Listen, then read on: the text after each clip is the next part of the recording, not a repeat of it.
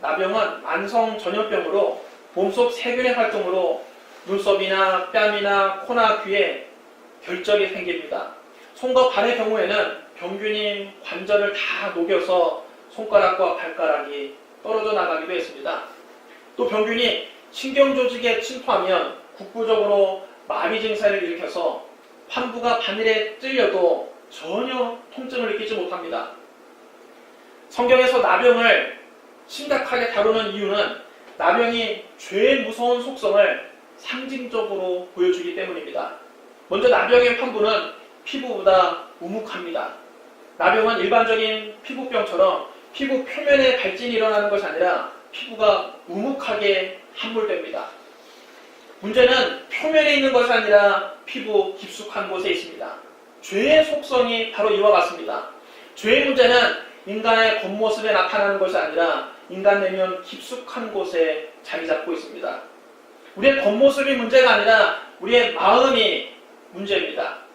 예레미야 17장 9절에 만물보다 거짓되고 심히 부패한 것은 마음이라고 했습니다. 사도 바울은 우리 속에 있는 죄의 본성을 이렇게 말했습니다. 내가 행하는 것을 내가 알지 못하노니 곧 내가 원하는 것은 행하지 아니하고 도리어 미워하는 것을 행함이라. 만일 내가 원하지 아니하는 그것을 하면 내가 이로써 율법이 선한 것을 시인하노니 이제는 그것을 행하는 자가 내가 아니요 내 속에 거하는 죄니라. 내 속 곧 내 육신에 선한 것을 거하지 아니하는 줄 아노니 원함은 내게 있으나 선을 행하는 것은 없노라. 내가 원하는 바 선을 행하지 아니하고 도리어 원하지 아니하는 바 악을 행하는도다. 만일 내가 원하지 아니하는 그것을 하면 이를 행하는 자는 내가 아니요 내 속에 거하는 죄니라.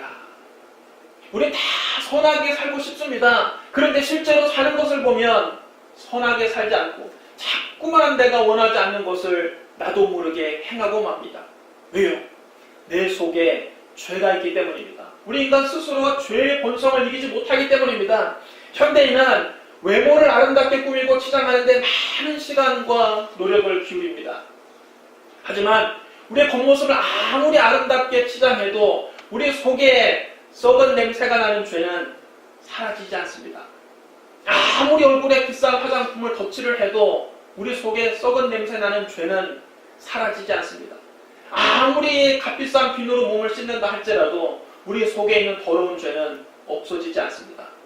하나님께서는 우리의 외모를 보시지 않고 우리 마음의 중심을 꿰뚫어 보십니다. 외모를 아무리 아름답게 가꿔도 새 사람 되지 않습니다. 마음이 변화되어야만 새 사람이 되는 것입니다. 또 나병은 피부에 퍼집니다. 나병은 몸의 일부분에만 생기는 종기와는 달리 온몸에 퍼져서 그 사람 전체를 파멸시킵니다. 죄도 작은 욕심에서 시작하지만 결국에는 점점 퍼져서 삶 전체를 더럽히고 그 사람을 파멸시킵니다. 야고보서 1장 15절에 이렇게 기록되어 있습니다. 욕심이 잉태한 즉 죄를 낳고 죄가 장성한 즉 사망을 낳느니라. 그 다음 나병은 종교적으로 부정했습니다. 나병 환자는 성막에도 들어갈 수가 없고 성전 예배에도 참여할 수가 없었습니다. 또 나병 환자는 자기 옷을 찢고 머리를 다 풀어 헤치고 윗입술을 가리고 부정하다 부정하다 외치며 다녀야 했습니다. 그렇게 해서 다른 사람이 자기 곁에 가까이 오지 못하게 해야 됩니다. 왜냐하면 나병 환자와 접촉하는 그 사람도 부정해지기 때문입니다.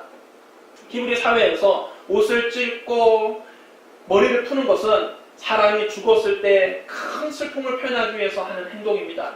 나병 환자는 마치 죽은 사람처럼 취급을 당했던 것입니다. 없는 사람 셈치는 것입니다. 이처럼 죄는 접촉하는 모든 사람을 더럽게 합니다. 그 다음 나병 환자는 격리됐습니다.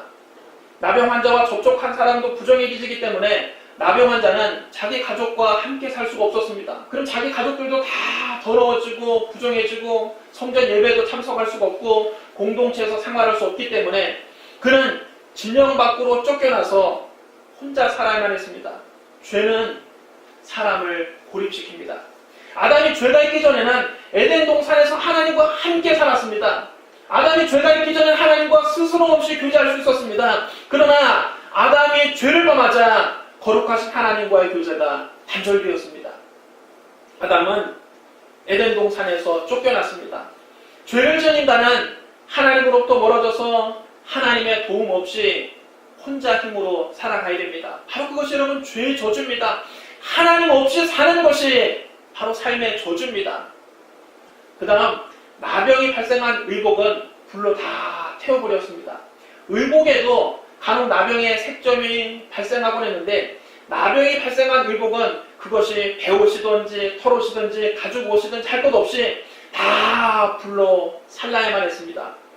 죄의 종착지는 심판의 불입니다. 예수님은 지옥을 이렇게 말씀하셨습니다. 거기에서는 구더기도 죽지 않고 불도 꺼지지 아니하느니라. 사람마다 불로써 소금 찌듯함을 받으리라. 지옥은 영원히 불이 꺼지지 않는 곳입니다. 지옥은 불로써 소금 찌듯함을 받는 곳입니다. 추어탕을 끓이려고 미꾸라지를 잡을 때 미꾸라지에 붉은 소금을 먼저 뿌립니다. 그러면 미꾸라지들이 괴로워서 몸부림을 칩니다. 펄떡펄떡 뛰기도 합니다. 어떤 것들은 그런 바구니에서 뛰쳐나갈 정도로 높이 뛰기도 합니다. 지옥에는 바로 그런 곳이라는 것입니다. 불로써 소금 찌듯함을 받는 곳이 바로 지옥입니다. 사람들이 영원히 꺼지지 않는 불에서 펄쩍펄쩍 뛰며 괴로움을 받는 것이 바로 지옥입니다. 이렇게 나병은 죄의 무서운 속성을 상징적으로 잘 보여줍니다. 그러면 나병이 완치된 사람은 어떻게 됩니까? 오늘 본문에 나병에서 정결함을 받는 의식이 자세히 기록되어 있습니다. 나병이 나은 사람이 제사장에게로 가면 제사장은 그 사람의 환부를 먼저 자세히 관찰합니다. 진찰하고 난 다음에 진짜로 그 사람이 나병에서 깨끗이 나았으면 그에게 정결한 새 2마리와 백향목과 홍색실과 우슬초를 가져오게 합니다. 그리고 그것을 가지고 물이 흐르는 시냇가로 그를 데리고 갑니다. 제사장은 그에게 명해서 흐르는 시냇물을 질그릇에 담고 그 위에서 그 새 한 마리를 잡고 그 새의 피를 질그릇에 받게 합니다. 그러면 물이 받아져 있는 질그릇에 핏방울이 떨어지면서 물과 피가 섞이게 됩니다. 다른 새는 산채로 가져다가 백향목과 홍색실과 우슬초와 함께 그 핏물을 찍어서 나병에서 나은 사람에게 그 핏물을 7번 뿌립니다. 그리고는 그 살아있는 새는 들에 날려보내줍니다. 여러분 이것은 굉장히 상징적인 의미가 있는 의식입니다. 흐르는 물에서 피를 흘리며 죽임을 당한 새는 십자가에서 피 흘려 죽으신 예수 그리스도를 상징하는 것입니다. 예수님께서 십자가에서 숨지셨을 때 한 군이 가서 보니까 예수님 이미 숨지시고 죽었는지라 예수님의 다리를 꺾지 않고 참으로 예수님의 옆구리를 푹 찔렀습니다. 그러자 예수님의 옆구리에서 물과 피가 함께 쏟아졌습니다. 질그릇에 담긴 물과 피는 예수 그리스도께서 흘리신 물과 피를 상징하는 것입니다. 그 피를 백향목과 홍색실과 우슬초에 적셔서 나병 환자에게 7번 뿌리는 것은 그 피로 나병 환자가 완전히 씻어서 정결하게 되었다는 것을 선언하는 것입니다. 성경에서 7번은 완전수를 뜻하기 때문입니다. 예수님께서 나 대신 피 흘리며 죽고 나는 그의 보혈 덕분에 나의 모든 죄를 깨끗이 용서받은 것입니다. 그리스도의 피를 우리 영혼에 뿌리면 그 피가 우리의 모든 죄를 깨끗이 씻어줍니다. 왜 꼭 피를 뿌려야만 합니까? 피는 곧 생명을 의미합니다. 레위기 17장 11절에 이렇게 기록되어 있습니다. 육체의 생명은 피에 있습니다. 내가 이 피를 너희에게 주어 제단에 뿌려 너희의 생명을 위하여 속죄하게 하였나니 생명이 피에 있으므로 피가 죄를 속하느니라. 여러분 따라 주문합니다. 생명이 피에 있으므로 피가 죄를 속하느니라. 히브리서 9장 22절에도 이렇게 말씀합니다. 율법을 따라 거의 모든 물건이 피로써 정결하게 변하니 피 흘림이 없은즉 사함이 없느니라. 여러분 따라 주문합니다. 피 흘림이 없은즉 사함이 없느니라. 죄의 삭은 사망입니다. 죄는 죽음으로만 그 대가를 지불할 수 있습니다. 그래서 나의 죄를 계속하기 위해서 아무 죄가 없으신 예수님이 대신 피를 흘리고 죽으신 것입니다. 내 죄값을 예수님이 대신 치르신 것입니다. 마음속에 이제 예수 그리스도의 피를 뿌린 사람은 하나님께 한 번도 죄를 짓지 않은 사람으로 인정받습니다. 의인으로 인정받습니다. 하나님 앞에 조금도 부끄러움 없이 설 수 있는 자격을 얻게 됩니다. 더는 마귀가 참수할 수 없게 됩니다. 그리스도의 피가 우리의 흉악하고 더러운 죄를 다 덮어버리는 것입니다. 이제 하나님께서 우리를 보실 때 우리 속에 있는 시커먼 죄를 보시는 것이 아니라 우리의 죄를 덮고 있는 그리스도의 붉은 피를 보시고 우리를 의롭다고 인정해 주시는 것입니다. 바로 이것이 그리스도의 대속의 은혜입니다. 살아있는 새는 부활하신 예수 그리스도를 상징합니다. 살아있는 새는 온몸에 그 죽임당한 새의 피를 묻힌 채 푸른 하늘을 자유롭게 날도록 놓아주었습니다.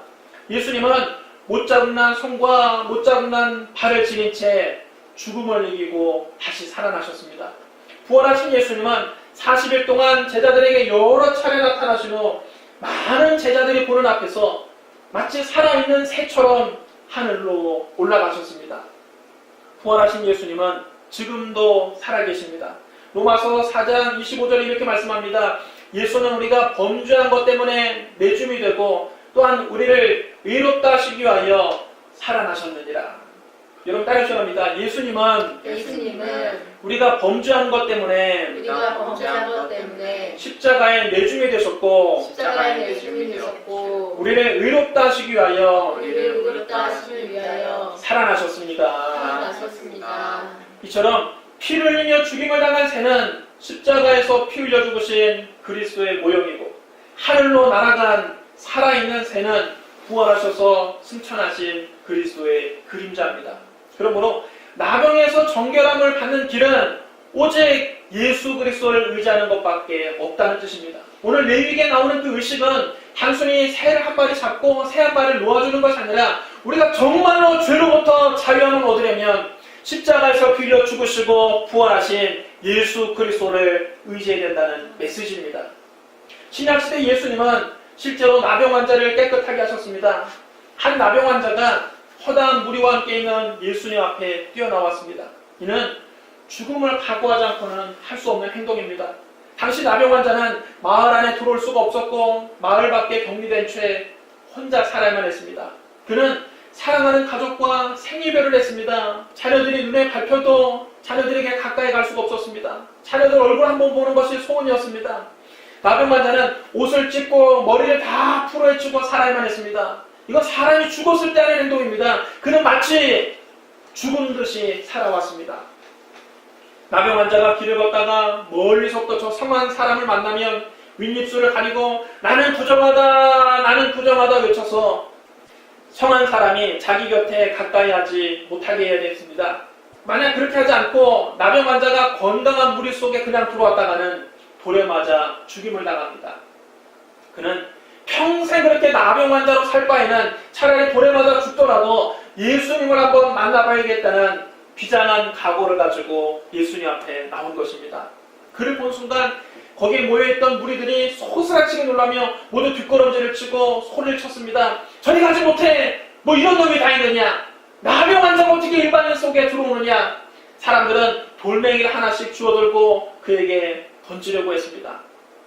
그때 그는 예수님 앞에 무릎을 꿇고 애절한 눈으로 예수님을 바라보았습니다.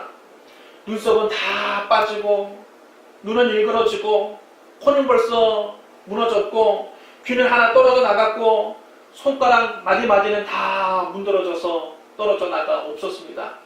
그의 몸은 썩어가고 있었습니다. 그때 그는 예수님께 애원했습니다. 주여, 원하시면 나를 깨끗하게 하실 수 있나이다. 사람들이 모두 뒷걸음질을 치며 그를 피했지만 예수님은 그를 불쌍히 여기시며 오히려 그에게 가까이 다가가셨습니다. 주님은 고름이 질퍽거리는 그의 머리에 손을 얹으시며 말씀하셨습니다. 내가 원하노니 깨끗함을 받으라. 여러분 따라서 합니다. 내가 원하노니 깨끗함을 받으라. 그 즉시 나병이 떠나가고 그는 깨끗함을 입었습니다. 그는 나병에서 자유롭게 되었습니다. 그는 가정으로 돌아갈 수 있었습니다. 그의 삶은 회복되었습니다. 그의 가정은 회복되었습니다. 사랑하는 성도 여러분, 죄는 우리 영혼 깊은 곳을 우묵하게 파고듭니다. 죄는 우리 삶 전체에 퍼집니다. 죄는 우리를 부정하게 만듭니다. 죄는 우리를 하나님으로부터 멀어지게 합니다. 죄의 결국은 심판의 불입니다. 죄로부터 우리를 깨끗하게 하실 수 있는 분은 오직 십자가에서 죽으시고 부활하신 예수 그리스도뿐입니다. 예수님은 우리가 범죄한 것 때문에 십자가에 내줌이 되었고 우리를 의롭다 하시기 위하여 다시 살아나셨습니다.